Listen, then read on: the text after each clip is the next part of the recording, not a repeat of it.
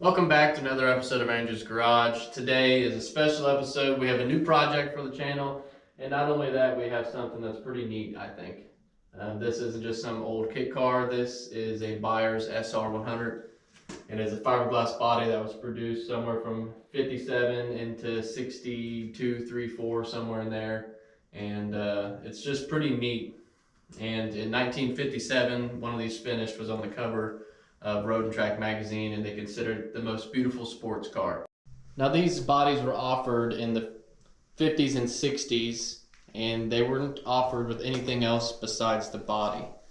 And in most cases, people who bought the bodies used shortened Ford frames or stuff like that, or tube chassis to build their own cars. So really, no two cars were actually the same. Whoever built them kind of took their own direction in how they wanted to do it. So Jim Byers was an absolute pioneer in the 1950s Southern California fiberglass boom. He worked on the famous Victress S1A bodies and co-created the Meteor SR1 body before taking out on his own. And that's kind of the birth of this. Was in 1955.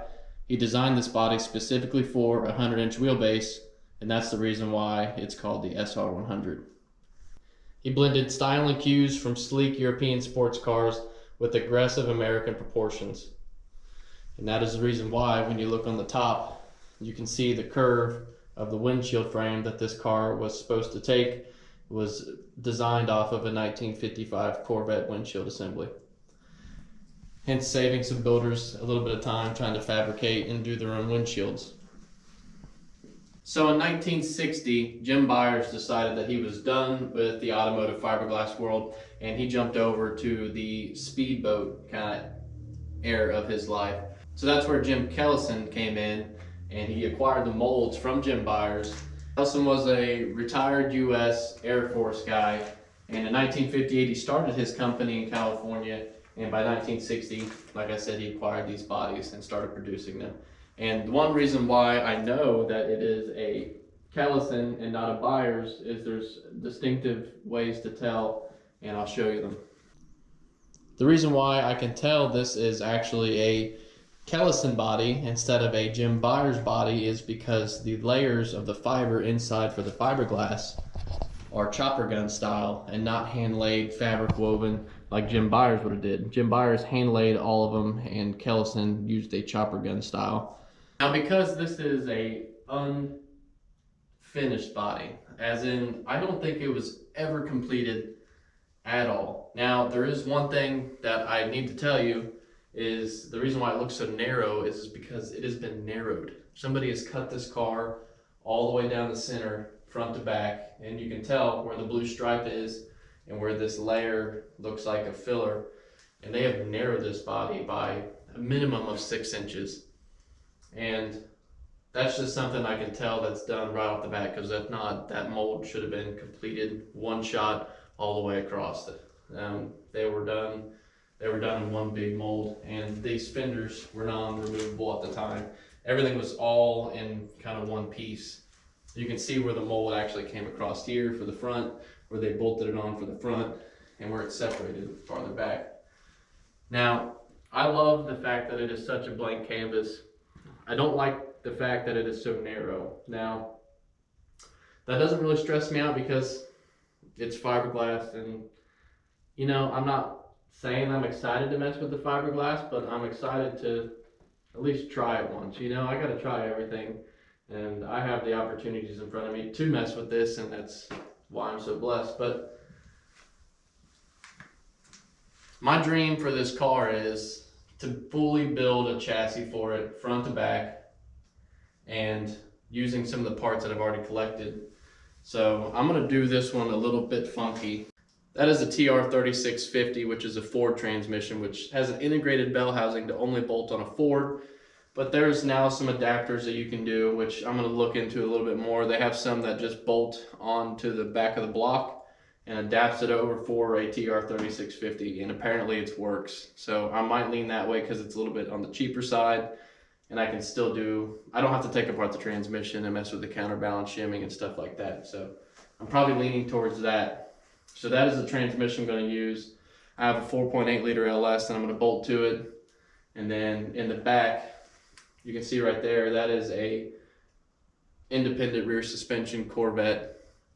I think it's out of an 82, so it's a 44 instead of the 36, which is a good thing and bad thing because these gears in the 44s were 280 something, so that's terrible. And the ones in the 36 are up in the threes, like 308 and stuff like that, which that sucks. But on the bright side, I can always change the gears, and it is a posi unit. So, and in the front, I'll probably do a Mustang too to keep with a narrow theme. But my idea is completely build a 2x3 square chassis that goes up for the back, for the cradle of the independent rear suspension Corvette stuff, and then the front do the same thing, have it come up and do a Mustang 2, and then I'll probably do some drop spindles to help kind of give me some more room. But overall, I don't think that hood's gonna fit on there no matter what. There's no way, I don't think, but you never know. And of course, keeping with the theme, exhaust, there's no way it's going out the back. There's not a chance. So that's one way that you can help kind of hide the frame, in my opinion, and give you more floor space, is not put the frame up into where you're going to be sitting, but leave it below the body. And it's only 2x3 channel, or 2x3 square. So it's only 3 inches tall, and that exhaust is going to be 3 inches right there. So you're not going to see the frame rails from the side because it's going to come out kind of like a Cobra style, which is probably what 90% of the people that ever see this are going to think it's going to be a Cobra. But it's got a completely different nose, and if you look as the whole body, the body slopes up, comes down, goes back up around the fenders, and there's no flares on the fenders like a Cobra. So these are before the Cobra times. But it's just a really neat car, and it's something that I'm just fired up to build. The whole thing just gets me excited. At the end of the day, this Kelson-Byers SR100 body was kind of the peak in 1960 of building things in your backyard and using the ultimate creativity of finishing this body in any way you thought you wanted to. And that's something that kind of helps inspire me when I went to go look at this. Was it has so much potential, and there's no telling what it could turn out to be. The direction of it can change at any point.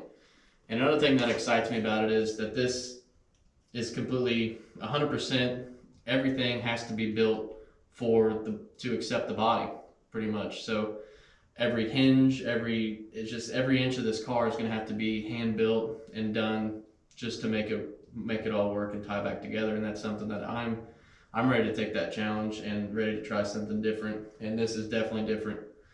So that is what excites me about it. Highly unlikely this car was ever on a body due to the fact there's no mounting holes drilled in this body yet. So that leads me to believe that it's never been on a chassis.